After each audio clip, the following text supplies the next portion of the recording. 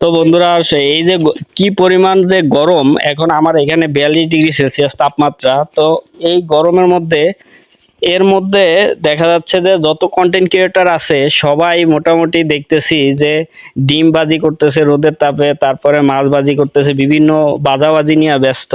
তো আজকে আমি চিন্তা করছি যেহেতু সবাই বাজাবাজি করতেছে আমি বাজাবাজি করব না। আজকে আমি রোদের তাপে দেখি ভাত রান্না করা যায় কিনা। তো যেরকম তাপমাত্রা আমার মনে হচ্ছে যে ভাত রান্না হয়ে যাবে। তো এখন আমি শুরু করব যে আমি ভাত রান্না করব, আপনাদেরকে পুরো ভিডিওতে দেখাবো।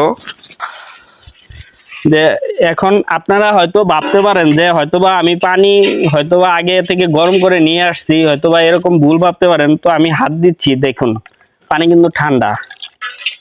এই যে দেখুন পানি ঠান্ডা পানি। অনেক কন্টেন্ট ক্রিয়েটর আছে যে মধ্যে কড়াই যেটার মধ্যে মাছ ভাজি করে বা ডিম ভাজি করে, ওইটা কিন্তু আগে গরম করে নিয়ে আইসা এরকম ভিডিও করে। তো আমি কোনো ফেক কোনো ভিডিও করব না, আমি যেটা আজকে দেখাবো আপনাদেরকে রিয়েল। আর এই যে এটা আমি একটু সময় রাখছি, এটা কিন্তু হাত দিয়ে ধরতে পারতেছি না, এত গরম হয়ে গেছে। 42 ডিগ্রি সেলসিয়াস তাপমাত্রা, বুঝেন তো। তো আমি প্রথমে পানি ঢেলে দিব। বন্ধুরা দেখুন যে চাল কিন্তু বেশি একটা নেই, কারণ শুধু শুধু কিরকম হয় এটা আমি এখনো বলতে পারতেছি না, যার জন্য চাল অল্প নিয়েছি। তো এই দেখুন আমার শরীরের বর্তমান অবস্থা কি কন্ডিশন, তো বুঝতেই পারতেছেন। তো আমি পানি এই যে মাত্র আপনাদের সামনে রাখছি, এর মধ্যে কিন্তু পানি অনেকটা গরম হয়ে গেছে। তো বন্ধুরা এখন আমি চালটা দিয়ে দিব।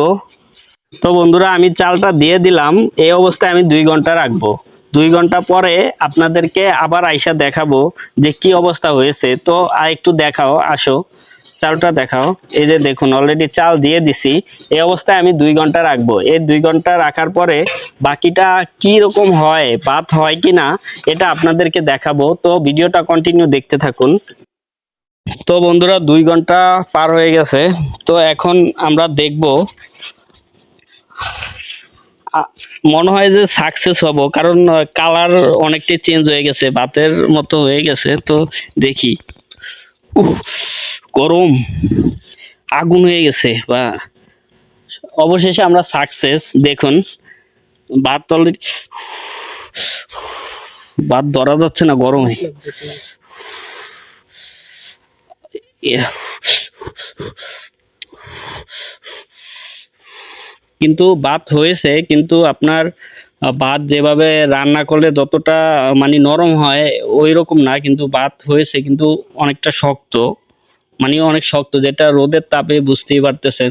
তো বন্ধুরা আজকের ভিডিওটা এ পর্যন্তই। কথা হবে, দেখা হবে পরবর্তী ভিডিওতে।